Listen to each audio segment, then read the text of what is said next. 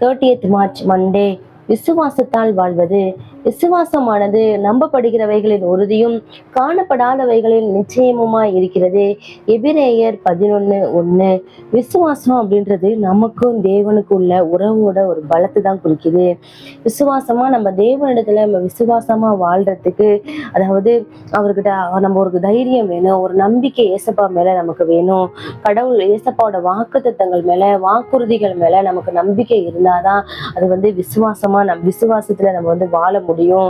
விசுவாசத்துல நம்ம வாழணும் அப்படின்னு சொல்லிட்டு நம்ம நினைச்சாவே ஏசப்பா அப்படின்னு சொல்லிட்டு அவர் மேல ஒரு பாரத்தை வச்சு அவர் நடத்துவாரு, அவர் செயற்படுத்துவாருன்னு சொல்லிட்டு விசுவாசத்தோட நம்ம வாழணும் அப்படின்னு சொல்லிட்டு நம்ம முடிவு எடுத்தாவே தேவனுக்கும் நமக்கும் உள்ள உறவு பலப்படும்.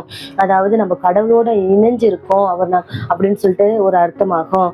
அதனால நாம விசுவாசத்துல நம்ம நடக்கும் பொழுது நம்முடைய செயல்கள்ல தேவன் நம்ம கூடவே இருந்து நம்மளோட வழியை நமக்கு வழிகாட்டுவாரு, நம்முடைய நம்பிக்கையை பலப்படுத்துவாரு. அதனால நம்ம காணப்படாத, அதாவது நம்ம ஏசப்பா செய்வாரு அப்படின்னு சொல்லிட்டு காணப்படாதவைகள் மேல நம்ம விசுவாசமா இருக்கணும். ஜெபம். விசுவாசத்தின் தேவனே, இன்று நாங்கள் எடுத்து வைக்கும் ஒவ்வொரு அடியிலும் உம்மை நம்பி விசுவாசத்துடன் வாழ உதவி செய்யும். ஆமென். ஹோலி மண்டே.